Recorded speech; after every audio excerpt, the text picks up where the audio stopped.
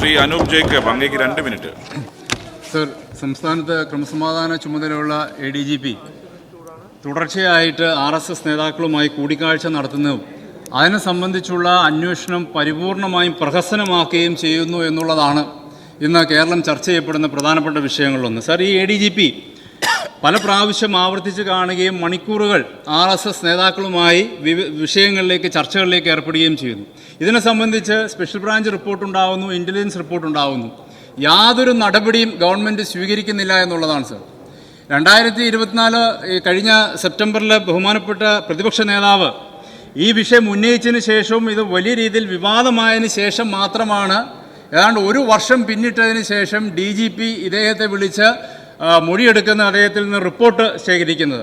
Sir, എന്നാൽ DGP എടുത്ത റിപ്പോർട്ടിൽ പോലും വെള്ളം ചേർത്തുകൊണ്ട് ADGPക്കെതിരെ കാര്യമായ നിലയിലുള്ള ഒരു നടപടിയും ഉണ്ടാവുന്നില്ല എന്നുള്ളതാണ്.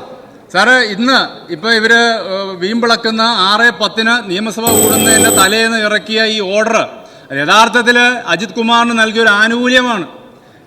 ലോ ആൻഡ് ഓർഡറിൽ നിന്ന് കുറച്ചുകൂടെ സൗകര്യപ്രദമായ മറ്റൊരു മേഖലയിലേക്ക് ഒരു തസ്തിക മാറ്റം, ട്രാൻസ്ഫർ ആൻഡ് ഓർഡർ മാത്രമാണ്, ട്രാൻസ്ഫർ ആൻഡ് പോസ്റ്റിംഗ് മാത്രമാണ് ആ ജിയോയിൽ കാണാനുള്ളത്.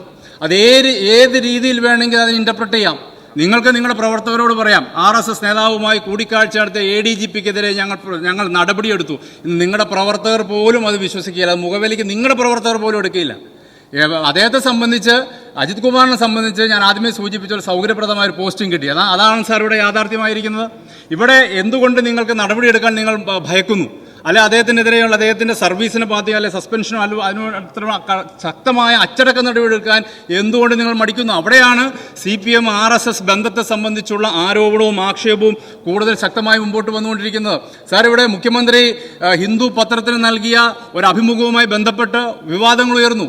അത് അദ്ദേഹത്തിന്റെ വാക്കുകളല്ല എന്ന് അദ്ദേഹത്തിന്റെ ഓഫീസ് തന്നെ പറയുമ്പോൾ PR ഏജൻസിയാണ് നടത്തിയത്. എന്തുകൊണ്ട് ഈ PR ഏജൻസിക്കെതിരെ നടപടിയെടുക്കുവാൻ ഗവൺമെന്റ് തയ്യാറാവുന്നില്ല? സാർ, ഈ വിഷയം അതീവ